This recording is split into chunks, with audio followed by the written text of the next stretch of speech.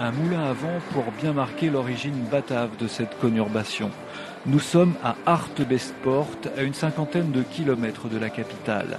Pas vraiment une ville, plutôt un conglomérat de résidences ultra sécurisées, une juxtaposition de quartiers séparés. Bosvelt, la radio locale, est 100% Afrikaans.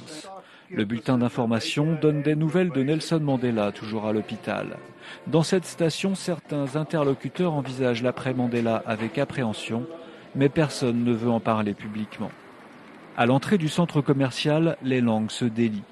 Nelson Mandela semble faire l'unanimité. Si tous les dirigeants du monde étaient comme Nelson Mandela, il y aurait déjà la paix sur Terre. Après tout ce qu'il a enduré, il a continué à aimer tout le monde. Personne ne peut le remplacer. Personne. Il est un don de Dieu pour l'Afrique du Sud. Certains ont entendu des rumeurs alarmistes sur ce qui pourrait se passer après la mort de Mandela. Mais ce n'est pas une raison pour changer ses habitudes. Moi, j'ai mes gardes et nous protégerons.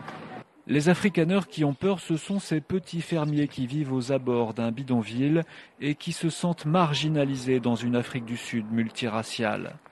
Cette femme se déclare ouvertement raciste et stocke des vivres pour le jour où l'on annoncera la mort de Nelson Mandela. Ce que j'ai entendu et dont nous parlons tous, c'est qu'il va y avoir des funérailles qui vont durer 1 ou 2 semaines, voire 1 mois. Et ensuite, ça va être la guerre. Ils vont tous nous zigouiller en une nuit. Paranoïa selon ce fermier qui travaille aussi dans la police et qui rappelle qu'après l'assassinat du leader extrémiste Eugène Terre-Blanche, les mêmes rumeurs se sont propagées. Cette fois non plus, rien ne va se passer. Je pense que les gens ont réalisé qu'ils avaient besoin les uns des autres de travailler ensemble, donc il ne va rien se passer du tout.